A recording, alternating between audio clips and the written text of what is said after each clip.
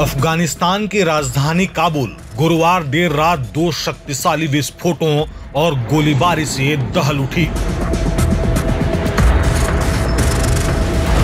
स्थानीय मीडिया और चश्मदीदों ने दावा किया कि रात करीब 12 बजे काबुल के ईस्ट जोन में आसमान में फाइटर जेट्स की गर्जना सुनाई दी और कुछ ही देर बाद लगातार धमाके हुए।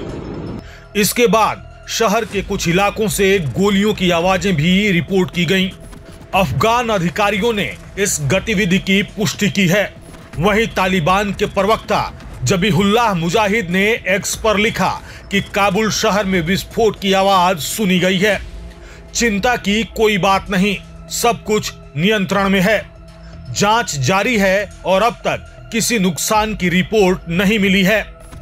हालांकि घटनाक्रम जिस समय पर हुआ है उसने कई राजनीतिक सवाल भी खड़े कर दिए हैं। यह हमला ऐसे वक्त में हुआ है जब अफगान विदेश मंत्री आमिर खान मुताकी भारत दौरे पर हैं। यह 2021 में तालिबान शासन के बाद उनका पहला भारत दौरा है। आपको बता दें कि पाकिस्तान के रक्षा मंत्री ख्वाजा आसिफ ने कुछ ही दिन पहले अफगानिस्तान पर आतंकियों को शरण देने का आरोप लगाते हुए कड़ी कार्रवाई की चेतावनी दी थी। सर, ये अब बर्दाश्त नहीं होगा। हमें यकसू होके मिनहसुल कौम जो है जवाब देना पड़ेगा इन लोगों को जो उनको पनाहगाहें मुयस्सर करते हैं, चाहे वो हमारी सरजमीन पे है या वो अफगानिस्तान की सरजमीन के ऊपर है। इस संसद में उन्होंने कहा था कि अब बहुत हो गया, अफगान जमीन से आतंकवाद बर्दाश्त नहीं किया जाएगा। और अब महज 48 घंटे के भीतर काबुल में ये हवाई हमले हुए हैं।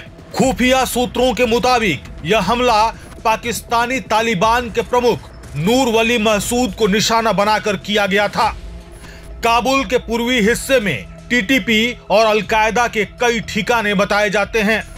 महसूद पर पाकिस्तान में हुए कई आतंकी हमलों का आरोप है।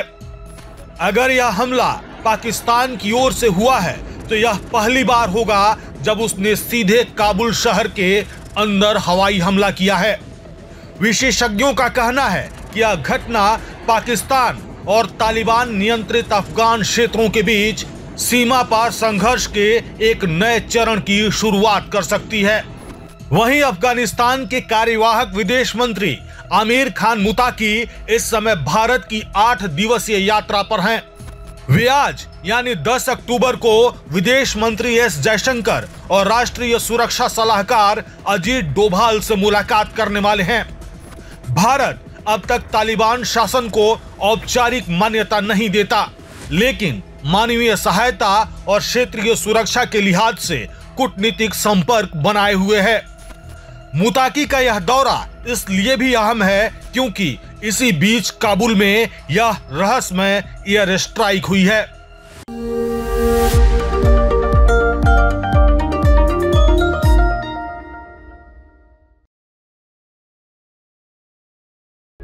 प्रभातखबर.com, विश्वास वही, रफ्तार नहीं।